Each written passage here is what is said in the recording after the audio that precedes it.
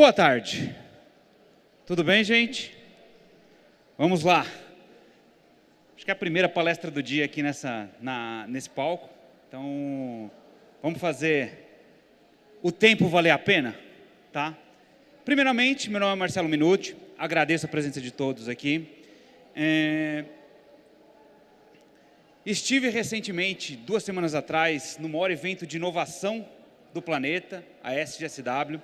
Então, vou tentar trazer algumas reflexões que me acometeram durante esse período. Inclusive, essa foto foi tirada lá num carro voador da empresa chamada IVE, que é uma subsidiária da Embraer. Estava exposto lá também. Eles estão falando que vai entrar em operação até 2028, né? Vamos ver. Acho que é menos tecnologia e mais regulação que a gente precisa para isso daqui sair do papel. Além disso, fiquem à vontade para acessar os meus conteúdos digitais. No primeiro item, quando vocês entrarem no site, tem uma coletânea dos principais insights da SGSW. Então, um conjunto de stories que eu fui construindo durante os 10 dias de evento. Então, você consegue ter um resumo do que mais relevante aconteceu. O fundador da OpenAI esteve lá, a gente assistiu uma palestra dele, do ChatGPT, Elon Musk, Mark Zuckerberg, toda essa galera passa por lá todos os anos durante a SGSW. Então, é muito insight interessante. Pra vocês imaginar, o Uber foi lançado lá, o Twitter foi lançado lá, e daí explode 3, 4 anos depois. Então, é um lugar bem bacana. Então, convido a todos ali. E quem quiser se aprofundar em algum tema, fica à vontade para me mandar mensagem. Às vezes eu demoro para responder, mas eu sempre respondo, tá bom? Então, vamos lá. Vamos refletir um pouquinho sobre essa pergunta? Por que somos obcecados sobre previsões sobre o futuro? Eu acho que é o tipo de formação que a gente tem, muitas vezes, culturalmente falando. A minha jornada profissional, ela teve alguns papéis, alguns momentos, né? Eu trabalhei em grandes empresas durante um período, depois larguei, comecei a fundar empresas, virei empreendedor serial, montei várias startups, vendi startup, quebrei startup, fiz tudo que vocês imaginam com startups.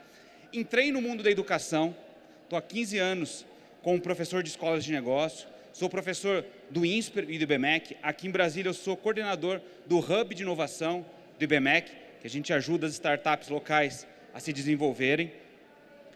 E nos últimos anos comecei a pegar o meu suado dinheirinho e colocar nas ideias malucas de outros malucos como eu. Virei investidor anjo. Então, estou em vários lugares aí também, vou tentar trazer umas perspectivas. Então, eu acho que eu estou num lugar um pouco até privilegiado para olhar de os vários lados do balcão todo esse oba-oba sobre tecnologia. Então, a gente vai discutir um pouco com pragmatismo e pé no chão esses movimentos todos e como isso impacta o nosso futuro profissional. Já dou palestra na Campus Party sobre o futuro do trabalho há 8 anos. Você imagina como essa palestra já mudou em 8 anos, né?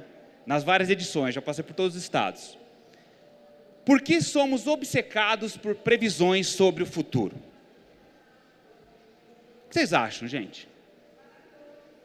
Por que todo começo de ano é a temporada da tendências do ano? Tendências 2022, tendências 2023. A gente, profissionalmente falando, a gente consome relatórios, né? Se você é de marketing, você quer saber quais são as tendências do marketing para 2023. Quais são as tendências da economia para 2023. E a gente gasta um tempo enorme consumindo pessoas falando sobre o futuro. Um futuro que ainda não aconteceu. Isso não é novo, tá? Então, a gente gosta do tema prever o futuro há muito tempo, né? Então, aqui, Da Vinci, Júlio Verne, Nostradamus, mais recentemente, Mãe de Ná, né? Tudo que é, quando você pensa em gente prevendo o futuro, pode ser a pessoa com menos credenciais, a gente para ouvir. Porque vai saber se está falando alguma coisa que eu tenho que saber ali e que eu vou perder alguma oportunidade. Inclusive, o boom dos vídeos e gurus e influenciadores financeiros é baseado em falar alguma coisa para a gente que a gente não está vendo e que vai acontecer no futuro. Muita gente gasta muito dinheiro e perde muito dinheiro ouvindo gurus digitais financeiros falando o que vai acontecer. É bom investir nisso porque vai bombar. É bom tirar dinheiro daqui e colocar lá, porque é um bom investimento. Então a gente é obcecado. Por mais que você fale, não, eu não ligo para isso, tenta refletir. O quanto de conteúdo você consome, não só digitalmente falando, mas de amigos, de colegas, sobre futuro, para você tentar tomar melhores decisões. Aqui uma imagem, alguém assistiu Minority Report com Tom Cruise? Lá tem uma cena não, o filme é assim, né? É a antecipação de crimes. Eles têm os precogs, né? Que ficam nessa banheirona aí, e eles conseguem prever o futuro, ver o futuro um pouco antes dele, porque a gente quer antecipar o futuro. Por que a gente quer antecipar o futuro? Eu tenho uma reflexão, uma teoria sobre isso. A gente quer correr menos risco. Porque se você sabe o futuro, você se planeja para, por exemplo, profissionalmente, desenvolver competências que vão ser relevantes daqui a 1 ano, 2 anos, 3 anos. Né? Se você é o dono de um negócio, se você sabe que se a economia vai bombar daqui a 1 ano, ou se determinados produtos vão ter maior demanda, você pode fazer seu planejamento e investir seu tempo, energia e recursos naquilo. Então a gente quer antecipar o futuro. É possível prever o futuro?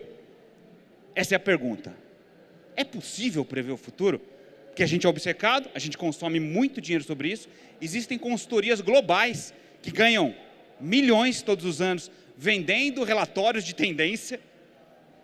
E aqui, uma pequena fração de previsões. Essas previsões final de 2020, 2021 ali, tá? A maioria. Tem a ver com metaverso. Não aguenta mais falar desse assunto. Inclusive, eu não vou entrar muito nessa questão do bit byte de tecnologia, porque tem 50 mil pessoas falando sobre isso. Eu vou falar das implicações na nossa vida e nas nossas carreiras em relação a isso. Mas algumas coisas aqui. Burberry, Dolce & Gabbana, Kering, os primeiros passos do luxo do metaverso. Empresas de luxo colocando tempo, recursos e energia no metaverso. Lá em 2021, tá, gente? Pesquisa afirma que 2 bilhões de pessoas estarão no metaverso até 2026.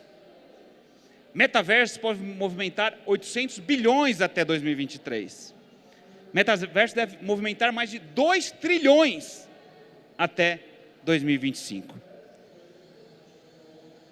Gastos com metaverso podem alcançar 5 trilhões até 2030. Facebook gasta 10 bilhões para criar metaverso e atrair jovens adultos. Inclusive mudou de nome, né? Mudou o nome da holding, né, de Facebook para Meta, porque esse é o futuro. Metaverso é o que vai bombar no futuro. Isso 2021. E aí, o povo saiu correndo, né? Todo mundo começou iniciativas. Gucci, Itaú, Nike, Vans. Um monte de empresas fazendo isso. Notícia de 2 semanas atrás. Meta abandona metaverso e diz que o foco agora é inteligência artificial. Pensa o seguinte, eu conheço um monte de gente que começou a fazer pós-graduação em metaverso. Pô, daqui é o futuro, eu vou garantir aqui que alguém preveu que o futuro é metaverso e eu vou calibrar minha carreira e a forma de onde eu vou gastar o tempo e meu dinheiro para me preparar com base nessas previsões. Acho que deu meio ruim, né? É claro que vamos falar, professor, eu estou fazendo uma pós em metaverso. Desculpa, foi mal, tá, gente? Não que as habilidades não sirvam para nada, né? Mas se você começou a fazer isso porque achou que ia ter um mar de oportunidades, não ocorreu, tá? E eu posso falar isso numa posição privilegiada. Em 2005, meados dos anos 2000, eu era responsável pela área de jogos eletrônicos do Portal IG, tá? Pensa a vida, sabe aquela época que você pensa assim, eu era feliz e não sabia? Era essa época. Eu trabalhava com joguinho, gente, né? E na época, a gente fez, junto com um parceiro local, a gente fez a localização de um negócio chamado Second Life para o Brasil. Pegou as traduções, criou ilhas brasileiras, um monte de coisa. O Second Life, para quem é jovem, né, e não lembro do que é isso, foi o futuro da internet em 2005. Muitas empresas, muita gente foi para esse ambiente. Muita gente gastou muito dinheiro com isso. Inclusive, esse que vos fala. Eu falei assim, deixa eu mostrar antes. Não, antes disso. Aqui. Eu estava lá, né, trabalhando, entendia muito desse negócio de Second Life, estava fazendo localização para o Brasil. Aí cai na minha mão um relatório de uma dessas super consultorias que prevêem o futuro. O Gartner Group, né? É gente séria, que dedica a vida para isso.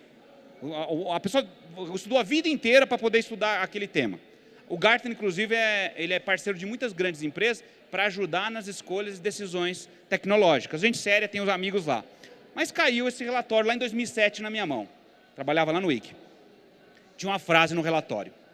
A gente estava em 2007, a frase era assim: até 2011, 80% de todos os usuários de internet do mundo terão uma conta no Second Life ou em alguma coisa parecida com o Second Life. A gente estava em 2007, a previsão era para 2011. Falei, cara, mega cena, entendo desse negócio pra caramba, vou pedir demissão e montar uma empresa que só faz isso. Pedi demissão, montei uma produtora de presença em metaversos em 2007.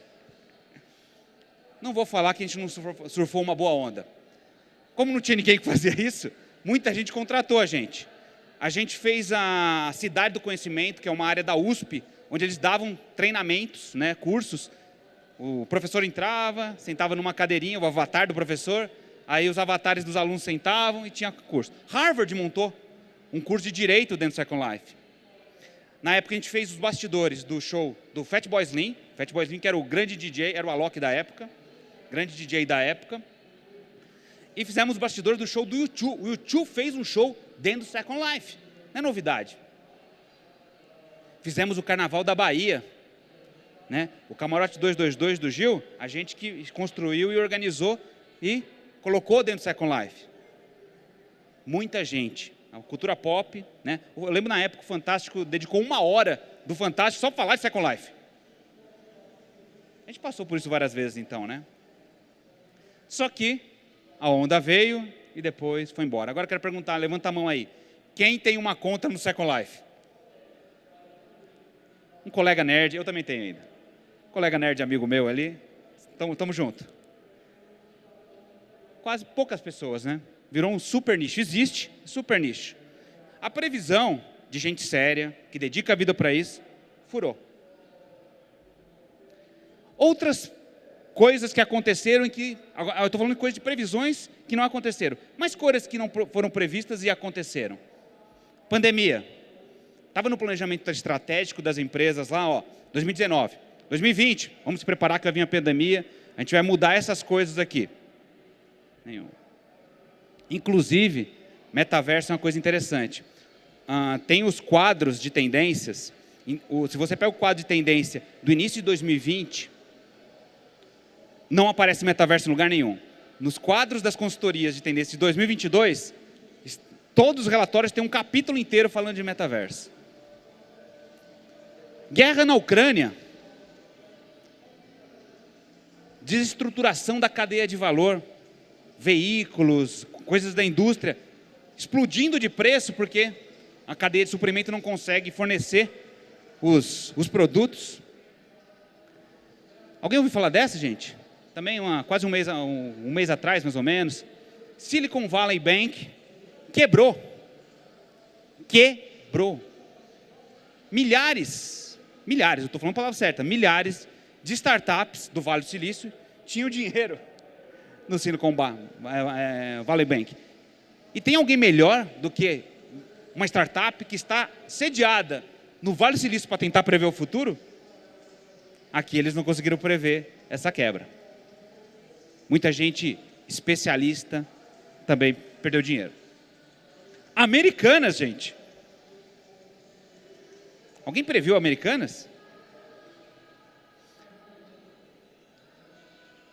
Aqui uma frase da Amy Webb. Amy Webb hoje é a maior pensadora sobre o futuro da atualidade.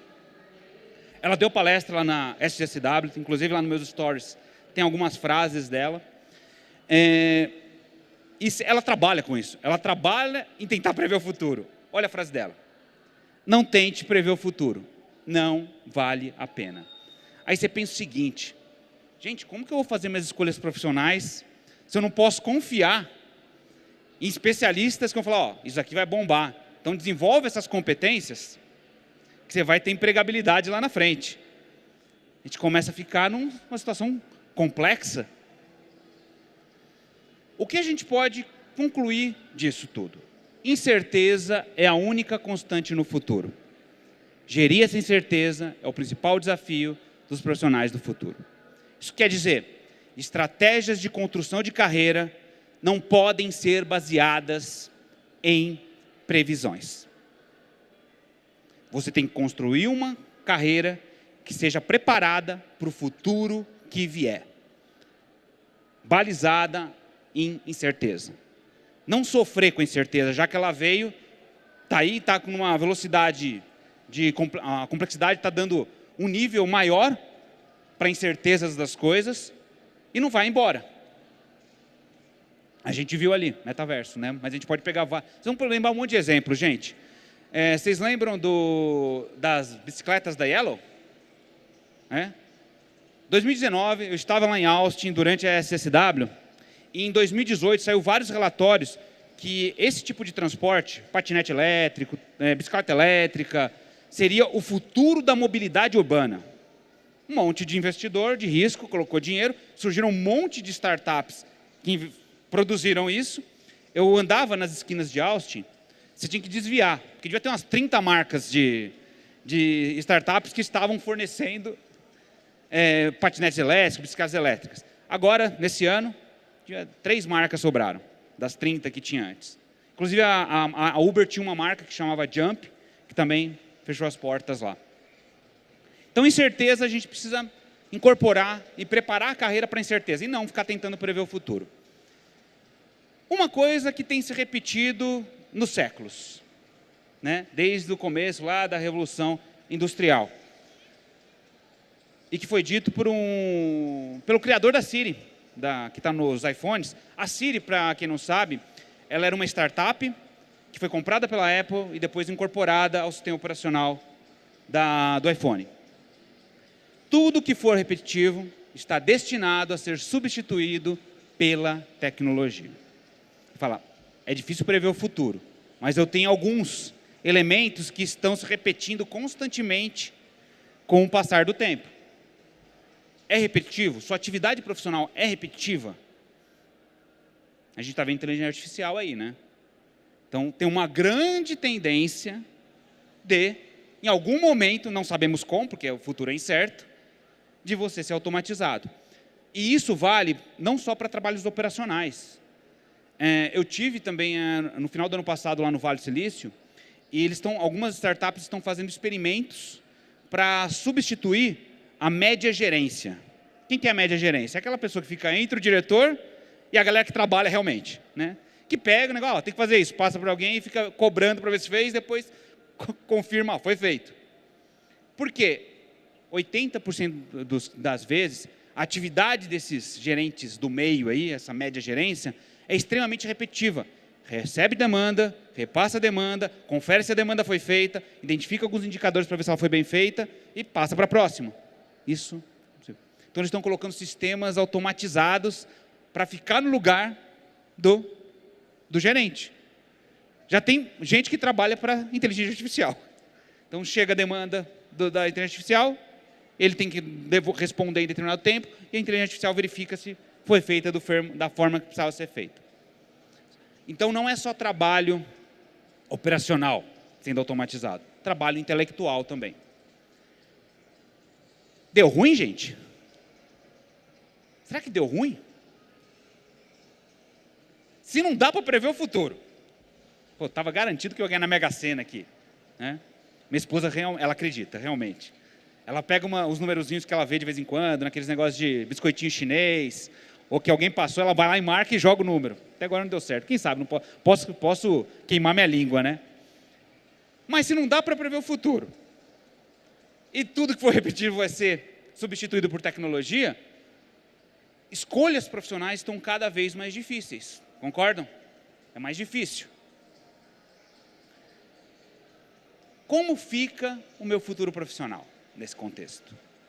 Quais escolhas são as melhores para eu poder navegar melhor nesse ambiente? Um negócio que a gente tem chamado, como eu disse, eu trabalho com disrupção há muitos anos. Na academia, a minha área de pesquisa é disrupção.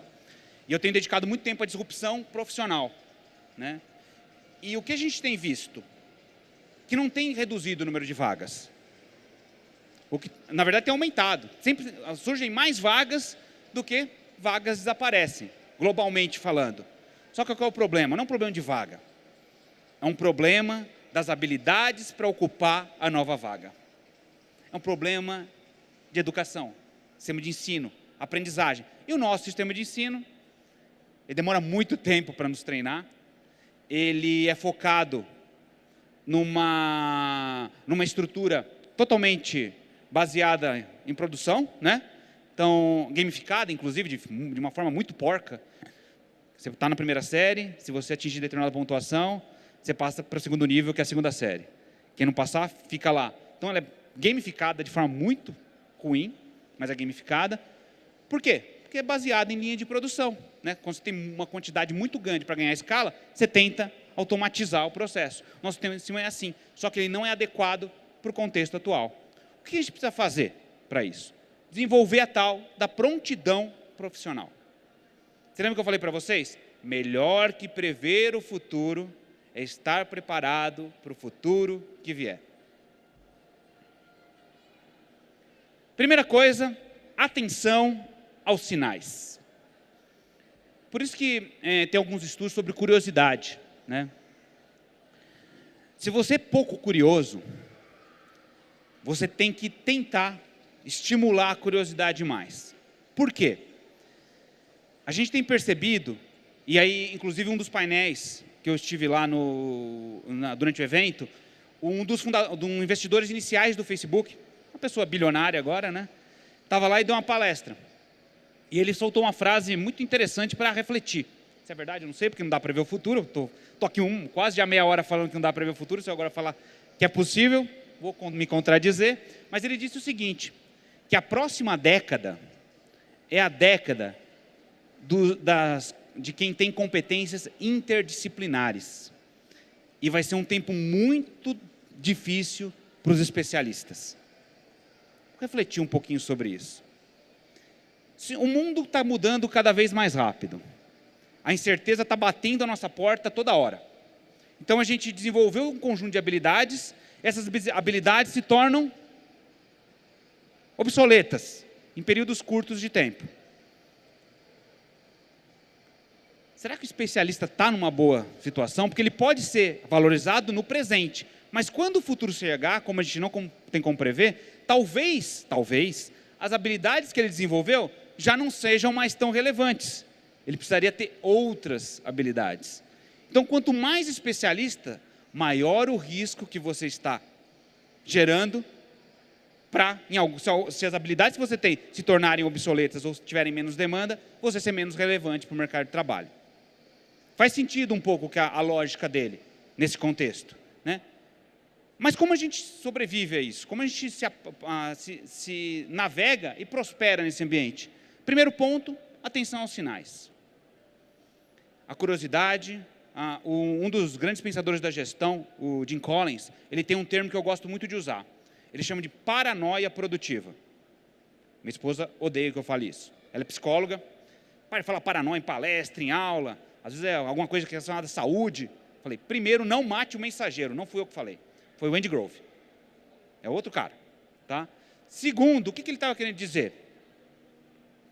Que apenas as pessoas extremamente atentas a tudo que está acontecendo conseguem pegar as mudanças ou se ajustar ao ambiente mais rapidamente. Senão você fica lá vendo, achando que está tudo bem, e quando você se movimenta já é tarde demais. Então, atenção aos sinais. Tenha alternativas. Primeiro, então, item, atenção aos sinais. Curiosidade, paranoia produtiva. Segundo item, tenha alternativas. Oh, mas eu nasci para ser veterinário. Eu nasci para ser programador. Né? Inclusive, eu lembro a última Campus Party, né? Quando estava falando desse tema, grupo de jovens, confiante. Esse negócio de tecnologia é o futuro. É só eu aprender a programar que tem emprego pro resto da vida. Vocês viram o que está acontecendo agora, né?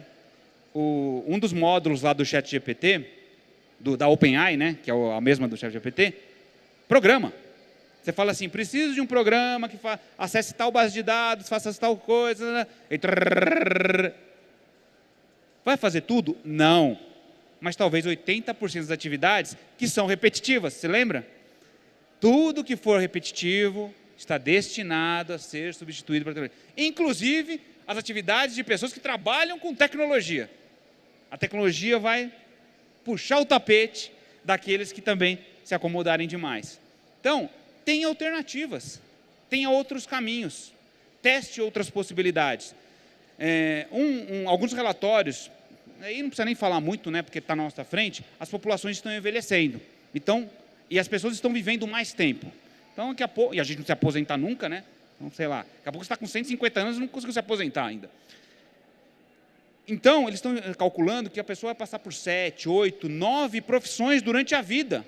Porque aquele conjunto de competências que ela desenvolveu vão se tornar obsoletas, vai ter que migrar para outro lugar, depois vai ter que migrar para outro lugar. Exaustivo, estou até cansado só de pensar nisso, ainda bem que eu já estou mais velho. Mas imagina, não tem para onde correr. Mas então tem alternativas, desenvolva mais repertório, busque outros caminhos, não só, você pode nem ser tão bom naquele, mas, ou gastar tanto tempo, desenvolva alternativas, além das escolhas profissionais principais. Tem um conceito em recursos humanos que a gente chama teoria em T. Já ouviram falar? Já? Então você pega assim, a parte do vertical do T é a nossa especialização. É aquilo que a gente entende profundamente. Gastamos muito tempo e energia para desenvolver habilidades. Só que, num mundo que muda muito e é muito incerto e complexo, a gente está tendo que ampliar a parte de cima do T, que é a parte horizontal, que é a ampliação de repertório em temas não correlacionados com especialização. Em 2018, eu estava com um time do Google trabalhando, e eu, por curiosidade, né, perguntei para eles, qual que é a vaga mais difícil de preencher para vocês aí? Em 2018. Ele falou, está muito difícil, a gente está procurando, a gente abriu essa vaga, várias vagas com esse perfil e não estamos conseguindo encontrar. Eram psicólogos que entendiam lógica de inteligência artificial. Onde você se prepara para isso? Alguma faculdade está preparada para formar um profissional assim hoje? Aí a gente está vendo o resultado hoje, 2023. Esses psicólogos que arrumaram emprego lá, criaram sistemas empáticos o suficiente para se passar por humanos e conseguir conversar com a gente como se fossem humanos e produzir conteúdo intelectual como se fossem humanos. Cheio de problemas ainda? Sim, mas está na infância.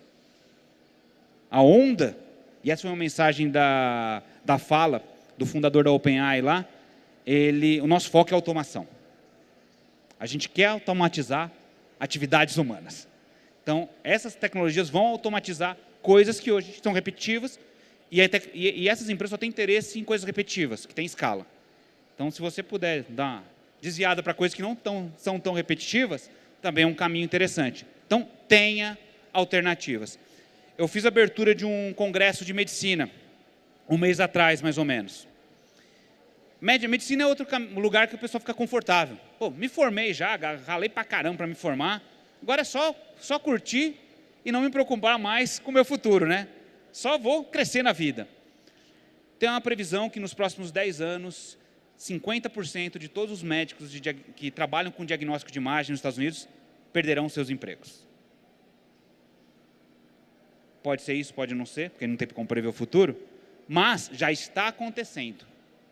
Porque diagnóstico de imagem é uma atividade extremamente repetitiva, é baseada em bases de dados estabelecidas, diagnósticos já dados, então você consegue automatizar. Basicamente, em vez de um olho humano, é um olhar computacional, identificando, aqui tem uma manchinha, tantos por cento de chance de ser isso aqui. Aqui tem outra manchinha, tantos por cento de chance de ser isso aqui. E aí, quando a gente pensa a profissões muito especialistas, tipo medicina, direito, né, algumas engenharias, elas podem sofrer, não estou dizendo que vão sofrer, mas porque a incerteza é grande no ambiente, não dá para ver o ano que vem, podem sofrer a questão da cegueira do especialista. Você é tão especialista num tema que você não enxerga o tsunami vindo. Se você tem repertório, fica mais fácil você entender. Você consegue fazer correlações que um super especialista não conseguiria, que é só super especialista, não conseguiria fazer. Treine para mudanças. Já que a incerteza é grande, já que toda hora isso daí vai mudar, vamos preparar nosso psicológico e nossa capacidade de aprendizagem para esse universo novo, desse mundo novo? A gente tem feito isso com as empresas, né? Eu trabalho com várias, e a gente tem feito o seguinte, trabalhos de job rotation, pegando as pessoas e deslocando ela para outras funções, de forma intencional e organizada para não dar um crash na empresa. Então, você pega uma pessoa que está numa área aqui, desloca ela para uma outra, com uma atividade que ela não tem tanta facilidade. O que acontece no primeiro momento? A pessoa, desconforto, né? Pô, eu estava bom pra caramba ali, mandando bem, batendo minhas metas, me jogaram aqui agora. Está difícil. Curva de aprendizagem. Vai baixar a performance no começo, mas depois de um tempo, a pessoa, opa, agora estou mandando bem. Daí a gente vai lá, pega essa pessoa, coloca em outro lugar. Sacanagem, gente. Desconforto de novo, curva de aprendizagem. Depois você faz isso, aí a gente tem indicadores disso, tá? Depois você faz 5 vezes, começa a cair a resistência à mudança. A pessoa, beleza, me coloca onde quiser que eu me viro. Já fiz isso outras vezes, sei como que é. É claro que você não pode também pegar a pessoa que está trabalhando com exploração espacial e colocar ela para mexer com um varejo de bens de consumo aqui, né? Então você tem que trabalhar, tem que ser, por isso que é intencional, estruturada e planejada.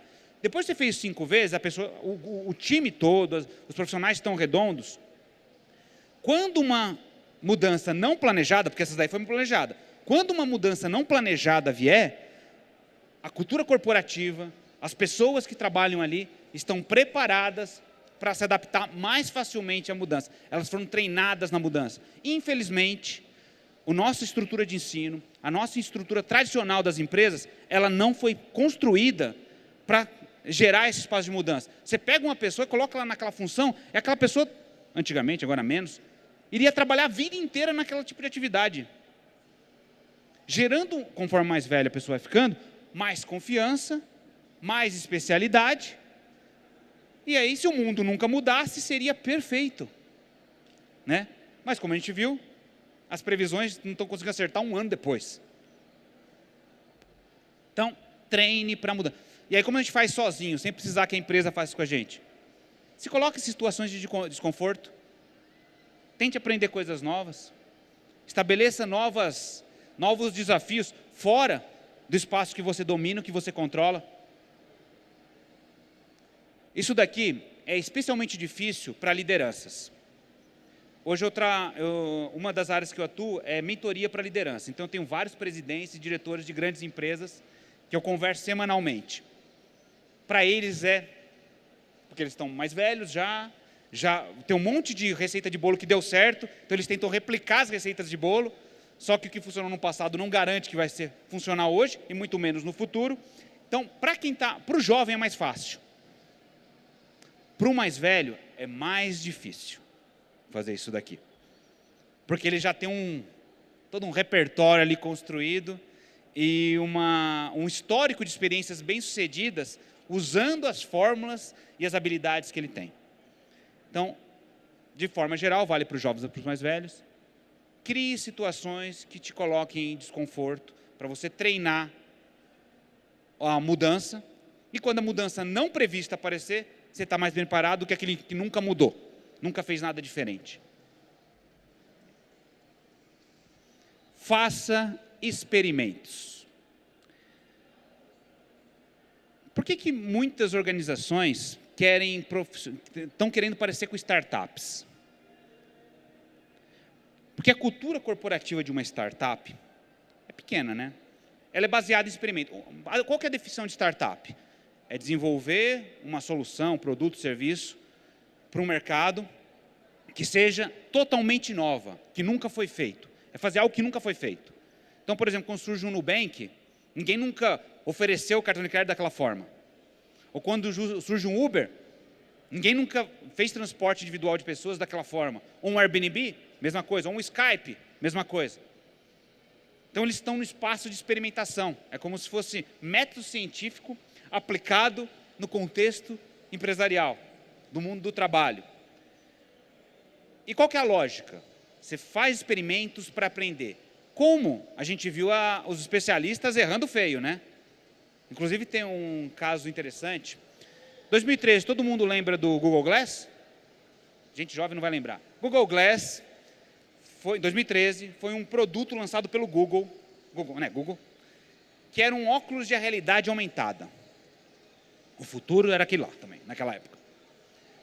Colocava o óculos, e aí, em vez de você usar o celular para mexer nas coisas, você só dava comandos de voz e as imagens iam sendo projetadas ali na sua frente, a realidade aumentada, né? Ele sobrepõe a realidade física com a realidade virtual.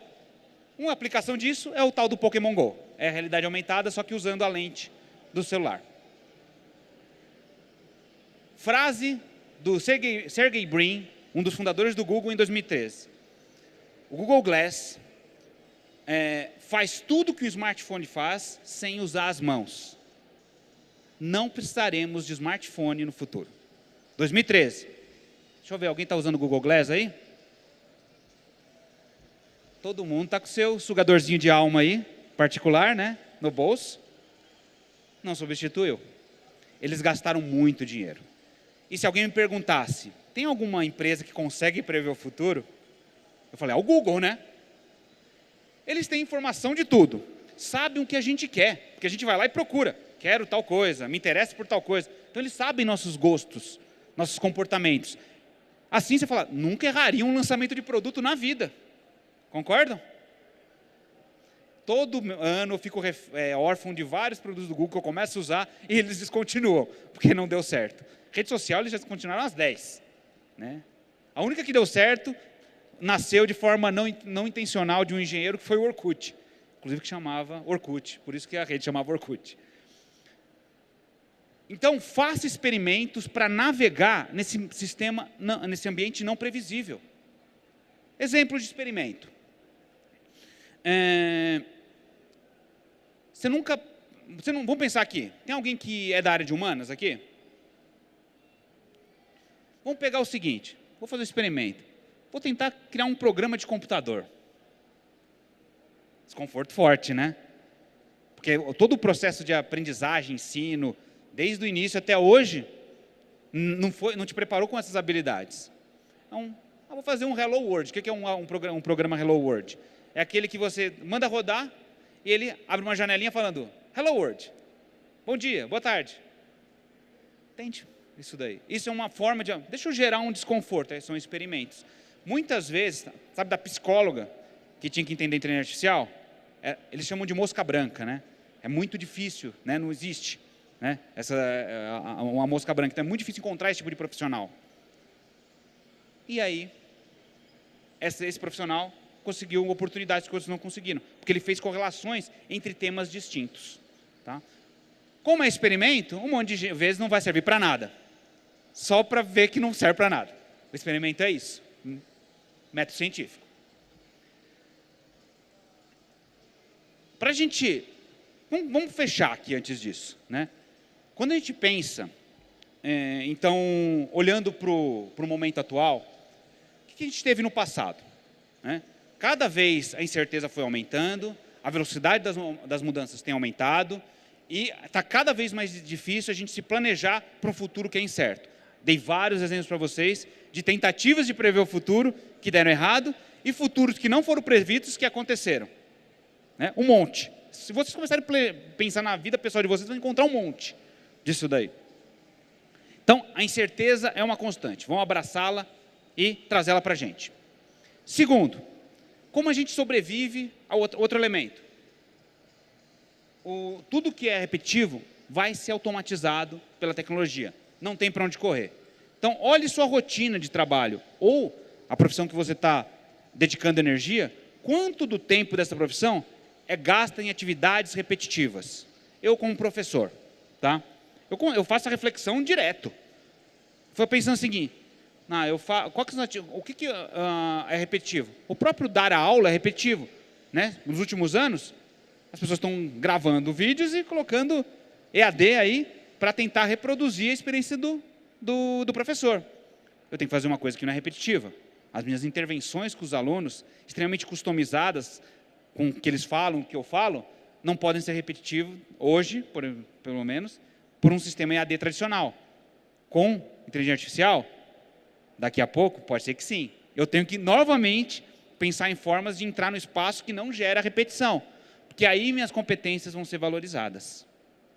Acho que pegaram isso daí. Então, olhem para a jornada profissional de vocês, tem atividades repetitivas. Você está gastando 70% do tempo em atividades repetitivas, é questão de tempo até alguém bolar um jeito de automatizar essa atividade.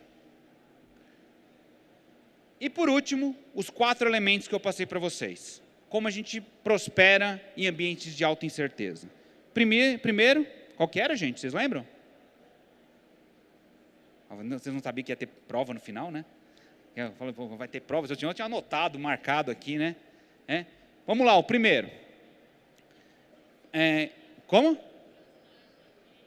A curiosidade, a busca, mantenha-se atento, né? Perceba os sinais. Curiosidade é um elemento importante. Segundo. Como? Tenha alternativas. Não coloque todos os ovos no mesmo cesto. Terceiro. Como? Opa, quase a pessoa caía, ia ser engraçado, né? Treine para mudança. Eu até coloquei o Yoda lá, né? Jedi e tudo mais. Treine para mudanças. Prepare seu psicológico e sua capacidade de aprendizado para lidar com mudanças. Né? Crie situações. E qual que foi a última? Faça experimentos. Explore o desconhecido. Porque o desconhecido pode trazer coisas que você não usa para nada. Mas você vai ter alguns achados nesse processo de descobrir coisas que você nunca descobriria se não tivesse experimentado. E, para concluir, o que tem, se a gente tivesse que consolidar isso daí, eu colocaria essa frase aqui. O maior obstáculo para o sucesso futuro é o sucesso passado. A gente se sente confortável com o que deu certo. A gente entra num espaço de confiança, muitas vezes irresponsável. E aí, quando o tsunami está lá vindo, você está lá de boa. Pô, estou de boa aqui, tranquilo, minhas competências são valorizadas, a profissão que eu escolhi está garantida, não tem ameaças no horizonte, e quando você vê, já está em cima de você. Então, cuidado com a confiança excessiva nas fórmulas que deram certo. Experiência é importante? É, mas traz um monte de aprendizados que você teve no passado, sim, mas ela é um dos ingredientes desse caldeirão que você vai utilizar para fazer suas escolhas profissionais. Não sei se vocês perceberam, todos os meus slides, quase todos, não todos, tinham fotos de algum filme de ficção científica. Né? Aqui está a lista de todos. Lá no primeiro slide, O Preço da Manhã, De Volta para o Futuro, o 1, Minority Report, Jogador Número 1, A Chegada, Wall-E, e aí vai, tem vários. Até Interestelar, que é um dos meus preferidos. Por que eu coloco isso? A gente precisa fazer experimentos. E você faz como você escolhe os experimentos que você vai fazer? Antes de fazer o experimento, você precisa ter hipóteses. Se você não tem repertório para refletir sobre hipóteses que podem ser testadas, você não vai conseguir fazer experimentos. Você precisa ampliar a capacidade de criatividade, né, de buscar ideias novas, para ter hipóteses que vão ser testadas, experimentadas e vão te tirar da zona de conforto. Aí cada um encontra o seu caminho. Eu busco isso na ficção científica. Eu consumo o máximo de literatura, filmes de ficção científica, porque toda vez que eu termino, eu fico, nossa, se o mundo fosse desse jeito mesmo, né? E se isso acontecesse? Eu dou aula de Design Thinking, que é para criatividade, né? E às vezes as equipes trabalham com, em algumas das empresas que eu tenho, também tenho times que criam constantemente. E de vez em quando é aquele bloqueio criativo, não sai do lugar. Daí eu tenho um exercício que eu faço com esses times, que é, gente, estamos com esse problema, não saímos do lugar, e se o Homem de Ferro tivesse que resolver isso daqui? Com as habilidades que ele tem, como ele resolveria? Parece que não tem nada a ver, né? Mas aí o pessoal começa a elocubrar. E aí, de repente, o negócio flui, porque você começa a encontrar novos caminhos do pensamento fora da área convencional. Não que você vai bolar uma solução igual da do Homem-Ferro, porque é ficção, mas você pode desbloquear caminhos viáveis que antes não teriam nascido se você não tivesse extrapolado sua capacidade de reflexão. É isso, gente. Espero que tenha incorporado novos conceitos. Como eu disse, meus contatos estão aqui. Quem quiser pedir coisas, tudo mais. Eu devo colocar os slides da apresentação até amanhã, então vai estar lá disponível também. E tem a trilha com os destaques da SSW, quem quiser acompanhar. Tá bom? Obrigado pelo tempo de vocês. Alguém quer fazer alguma pergunta? Eu tenho muito pegada, muito professor, daí o pessoal tem medo de eu perguntar e eu perguntar outra coisa em cima. Não? Então tá bom, gente. Obrigado pelo tempo. Até mais. Boa Campus Party para todos.